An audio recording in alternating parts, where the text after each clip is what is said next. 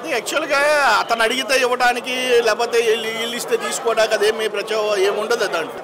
ఎవరిచ్చినా ఇవ్వకపోయినా అతనికి అది హోదా దొరికేది. మనం చేసిన తప్పులే మనల్ని వెంటాడతాయి, కర్మ ఎవరిని వదిలిపెట్టదు. గతంలో మీరు ఏదైతే తప్పులు చేశారో ఆ తప్పులకి అనుగుణంగానే ఇవాళ కేసులు పెడుతున్నారు.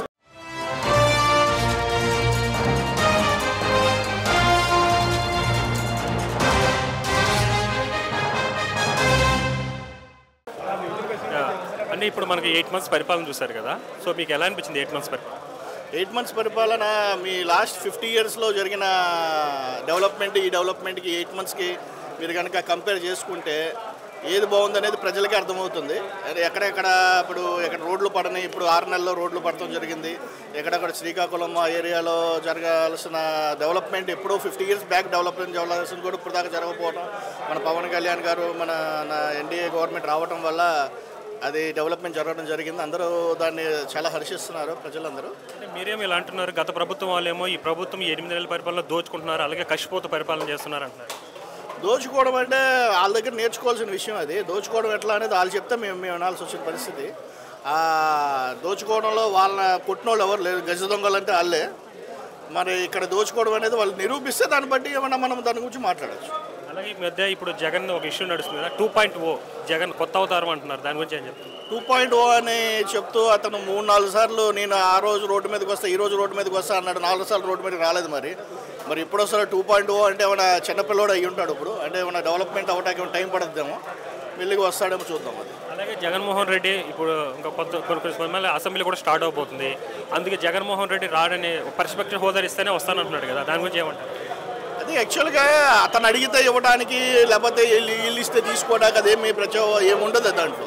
ఎందుకంటే అతనికి రావాల్సిన సీట్స్ వచ్చి ఉంటే ఎవరిచ్చినా ఇవ్వకపోయినా అతనికి అది హోదా దొరికేది. బట్ అది రానప్పుడు అతను బ్లాక్మెయిల్ చేయడం అనేది ఏ రకంగా అది సమంజసం కూడా కాదు. అలాగే రీసెంట్గా చూసుకుంటే ఏ సోషల్ మీడియాలో చూసుకుంటే ఇప్పుడు వైసీపీ అరెస్టులు వల్లభనేని వంశీ కానీ నందిగామ సురేష్ కానీ ఈ అరెస్టుల తర్వాత వైసీపీ వాళ్ళు ఇదంతా కక్షపూరిత రెడ్ బుక్ పరిపాలన చేస్తున్నారు అంటున్నారు. అంటే వాళ్ళు ఏం చేయకపోతే అరెస్ట్ చేశారా? చేసిన ప్రూఫ్స్ ఉన్నాయి కదా, చేసిన ప్రూఫ్స్ని చూపించే కదా అరెస్ట్ చేస్తున్నారు. చేయకుండా ప్రూఫ్ని చూపించకుండా అరెస్ట్ చేస్తే అప్పుడు అరాచకంగా చేశారని అనుకోవచ్చు. కరెక్ట్ క్లియర్గా వీడియోస్ ఉన్నాయి. అరెస్ట్ చేసే ముందు మొత్తం అతను వెళ్ళి ధ్వంసం చేసినప్పుడు మొత్తం అంతా వీడియోస్ ఎలా చేశాడు ఏంటి, కుర్చీలు పగిలిపోవడం అన్నీ కనబడతానే ఉన్నాయి. అది మరి దౌర్జన్యం అన్నప్పుడు దాన్ని మరి కేసు తీసుకుంటారు కదా ఎవరైనా సరే, దాన్ని మనం తప్పడదాకా లేదు. అలాగే సో పవన్ కళ్యాణ్ గారు డిప్యూటీ సీఎం అంటే ఒకప్పుడు డిప్యూటీ సీఎం అంటే ఏదో అనుకున్నాడు, బట్ ఇప్పుడు డిప్యూటీ సీఎం అంటే ఒక హోదా వచ్చిందంటే దానికి పవన్ కళ్యాణ్ కారణం అనుకోవచ్చు. అంటే యాక్చువల్లీ డిప్యూటీ సీఎం అనేది ఇప్పుడు కాదు, ఎప్పటి నుంచో ఉంది. మనకి రాజ్యాంగం స్టార్ట్ అయిన కాడి నుంచి ఉంది. బట్ అక్కడ ఎవరైతే ఉన్నారో ఆ వ్యక్తి చేసే పరిపాలన కానీ అతను చేసే డెవలప్మెంట్స్ కానీ చూసి ఆ పోస్ట్కి వాల్యూ వచ్చిందే తప్పితే ఆ డిప్యూటీ సీఎం అయితే ఇట్లా చేస్తారనేది ఎక్కడా లేదండి. అలాగే ఇప్పుడు రీసెంట్గా చూసుకున్నట్లయితే ఏ సోషల్ మీడియాలో చూసినా గత 40 yearsగా కానీ 100 years కానీ రోడ్లు లేని గిరిజన ప్రాంతాల్లో ఇప్పుడు పవన్ కళ్యాణ్ పుణ్యం అంటే రోడ్లు వచ్చాయని అంటున్నారు కదా, సో దానికి ఏమంటారు? అదే చెప్తున్నా. ఇప్పుడు యాక్చువల్గా మనకి ఎక్కడైతే డెవలప్మెంట్ లేదో తన శ్రద్ధ పెట్టి జనాలు ఎక్కడైతే ఇబ్బంది పడుతున్నారో వాళ్ళందరినీ నా వాళ్ళు అనుకుని ఎక్కడెక్కడ డెవలప్మెంట్ చేయాల్సిన గ్యాప్స్ ఉన్నాయో అవన్నీ చేసుకుంటూ వస్తున్నాడు. ఇంకా ముందు కూడా చాలా బాగా చూడొచ్చు. మనం ఆంధ్రప్రదేశ్ కనుక ఇంకొక 10 సంవత్సరాలు ఎన్డీఏ గవర్నమెంట్ ఉంటే కనుక డెఫినెట్గా ఆంధ్రప్రదేశ్ని ఒక ముఖచిత్రం అవుతుంది మొత్తం మన ఇండియా మొత్తానికి. ఒక ఊళ్ళో వైసీపీ చెప్పినట్టు ఇది కక్షపూరిత పరిపాలన లేదా మంచి ప్రభుత్వం పరిపాలన? ఇది ఎప్పుడు మంచి ప్రభుత్వమే. ఇప్పుడు ఏదో ప్రజల్లో ఏంటంటే ఎప్పుడైనా సరే అతను చేసింది కూడా మన జగన్ చేసింది కూడా తప్పని కాదు. జగన్ ఏంటంటే అతను 2 విధాలుగా ఆలోచించేది ఒక విధంగా ఆలోచించాడు. ఇప్పుడు మనం ఏంటంటే ఎన్డీఏ గవర్నమెంట్ అన్ని విధాలుగా ఆలోచిస్తుంది. ప్రజల సంక్షేమం గురించి ఆలోచిస్తుంది, డెవలప్మెంట్ గురించి ఆలోచిస్తుంది. రేపొద్దున మనము గోయింగ్ ఫార్వర్డ్ మన ఆంధ్రప్రదేశ్ని ఎక్కడ నిలబెట్టాలో అంత విలువలతో కూడిన రాజకీయం చేస్తున్నారు వీళ్ళు.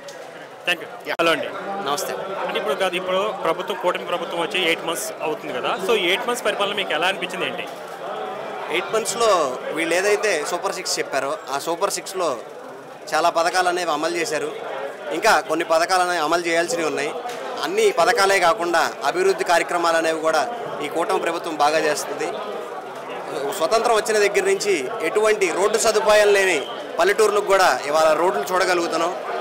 గూగుల్ మ్యాప్లో కూడా కనిపించని ప్రాంతాలని ఇవాళ రోడ్డు కనెక్టివిటీ ద్వారా ఈ ప్రభుత్వాన్ని కనెక్ట్ చేస్తుంది. పల్లెలే కాకుండా పట్టణాలని కూడా బాగా అభివృద్ధి చేస్తుంది. మొన్న జరిగిన దావోస్ పర్యటనలో కూడా పెట్టుబడులు అనేవి బాగా తీసుకొచ్చారు. ఈ సందర్భంగా నేను తెలియజేస్తుంది ఏమనగా గత ప్రభుత్వం మీద ఈ ప్రభుత్వం 1000 రెట్లు మెరుగ్గా పనిచేస్తుందని ఈ సందర్భంగా తెలియజేస్తుంది. మీరేం అలా అంటున్నారు? గత ప్రభుత్వం వాళ్ళు ప్రెస్ మీట్లు పెట్టి ఈ ప్రభుత్వంలో దోచుకోవడం అలాగే కక్షపూత రాజకీయాలు జరుగుతున్నాయి తప్ప ఎలాంటి అభివృద్ధి లేదంటున్నారు. పచ్చకామెరలు వచ్చినోడికి లోకం అంతా పచ్చగానే కనిపించింది. దోచుకునే వాళ్ళు దాచుకునేది ఆ ప్రభుత్వం కాబట్టి వాళ్ళందరికీ దాచుకున్నట్టే కనిపించింది. జరిగిన అభివృద్ధి అనేది వాళ్ళకి ఏ కోసానే కనిపించట్లేదు. వాళ్ళకి సంవత్సరాల ద్వారా వినతి పత్రాలు అందించినా కానీ ఆ పత్రాలు దాచుకోవడానికే తప్ప దేనికి పనిచేయట్లేదు. ఇవాళ పవన్ కళ్యాణ్ గారు జనసేన పార్టీ బయట జనవాణి అనే కార్యక్రమాన్ని రన్ చేస్తూ ఎవరైనా ఒక వినతి పత్రం ఇస్తే ఆన్ ద స్పాట్ దానికి న్యాయం చేకూరేలాగా ప్రయత్నం చేస్తున్నారు. ఎటువంటి భూ కబ్జాలైనా కానీ, ఎటువంటి అవినీతి దందాలైనా కానీ, లేదా పోలీస్ స్టేషన్లో ఎటువంటి సమస్యలు ఉన్నా కానీ ప్రజలు అక్కడికి వచ్చి ఆ సమస్యకి పరిష్కారం పొందుతున్నారు.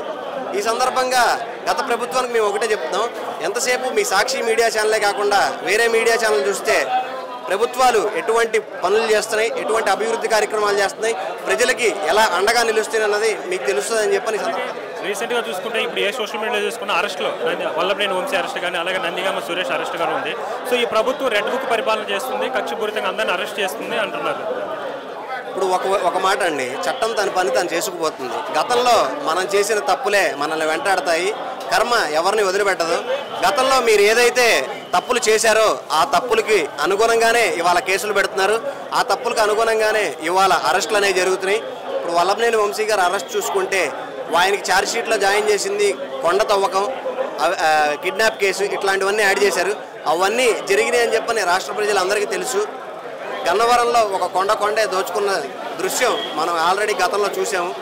మనం అనుకుంటున్నాం ఒక రిషి కొండే అనుకొని. రాష్ట్రంలో అనేక కొండలు మాయమైపోయినాయి వైసీపీ హయాంలో.